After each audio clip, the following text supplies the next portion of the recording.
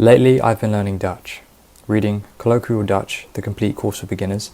In a culture point on page 15, I came across an immediately familiar word, Browt. Spelled B-R-O-U-W-T.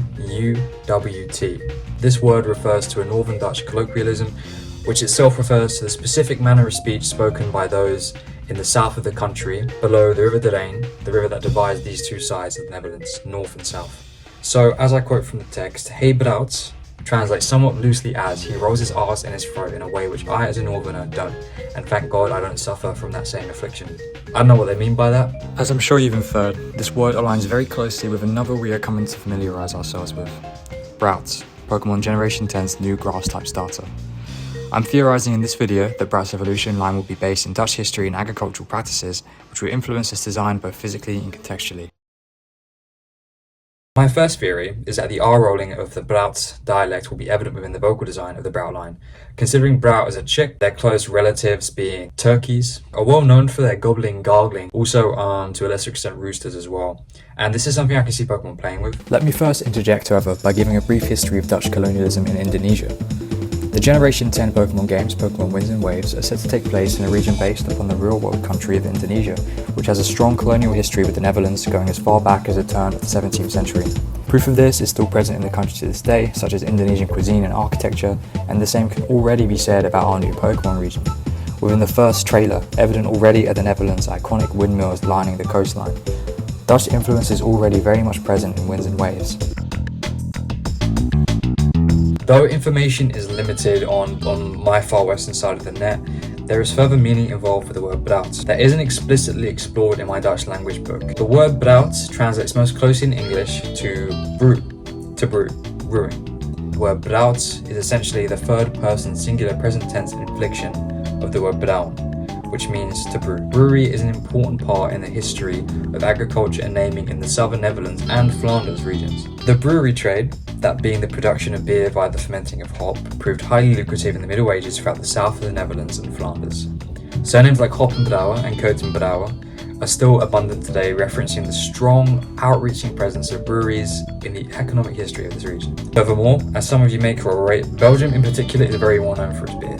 Belgium, as you know, borders the Netherlands with the region of Flanders speaking Dutch, with its own abundance of breweries. And I say this to make a specific connection between those of a Browt dialect, the Browt rolling of R's, and the extremely lucrative practice of brewing in Dutch history, which defines the word Browt non-colloquially, and thus come to the conclusion that the two are tied, and so the word Browt bears connotations of agriculture and farming, along with a southern rustic personalizing quality. In simpler terms, the community of people that would speak in the colloquial Browt come from regions whose economy was dominated by agriculture, specifically in the trade of brewery.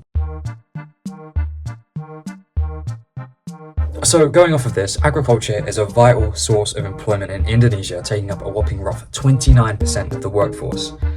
Furthermore, it is the country's largest sector and largest employer, with 10.5%, 40.9 million of the population working in agriculture, forestry or fishing. It's also good to know that one of Indonesia's most prominent import products is soybeans, which is in our ballpark. Okay, now the time has come.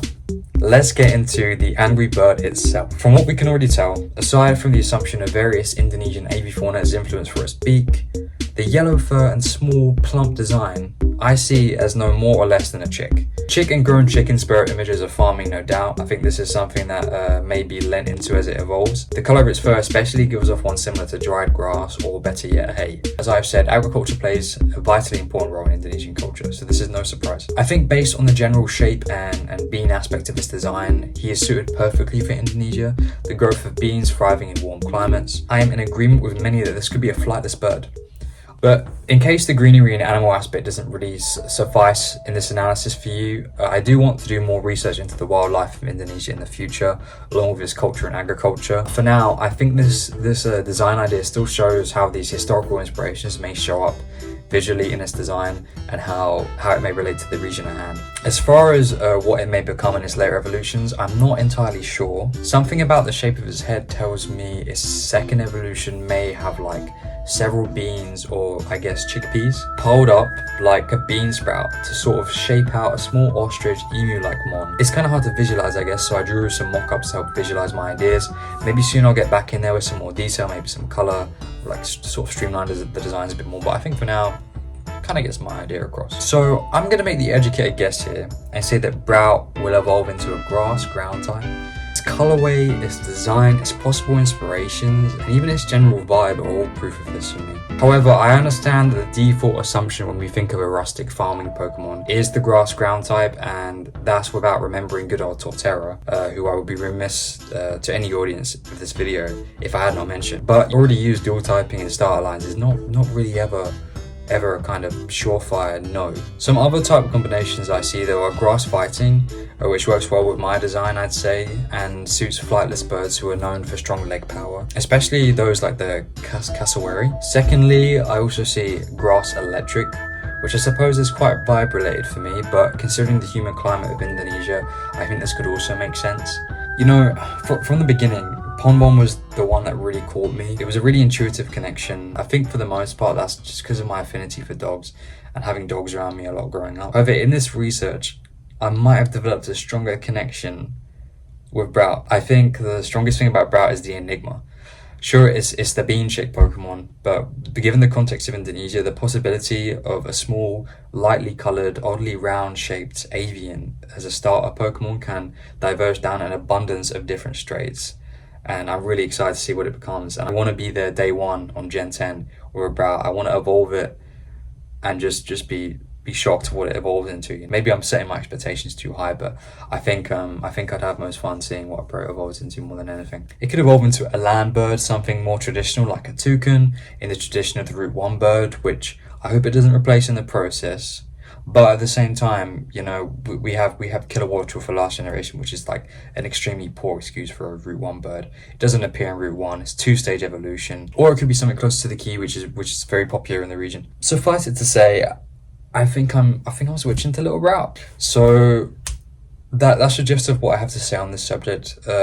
Please correct me or fight me in the comments on any of this. I've had so much fun researching this topic, but if there are holes in some of my arguments, I'll be very grateful to be told so. If anyone else has come across this specific discovery, that being in terms of Browt and that word, please let me know. However, considering I cover a lot of topics in this video, I feel my prediction still stands as a very strong one. It's not just about Browt, it's about using the word Browt in Dutch history as a voyage point, which I discuss all these different topics around the subject.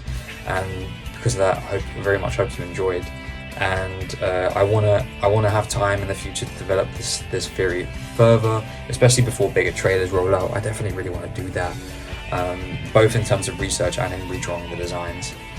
So if so, that means I'll do a lot more research into the fauna of Indonesia in regards to my redesigns and the culture, which I'm really looking forward to do. Nonetheless, it's been great. Bibliography is in the description. I would really appreciate the support. My name's Kalen. Thanks for having me.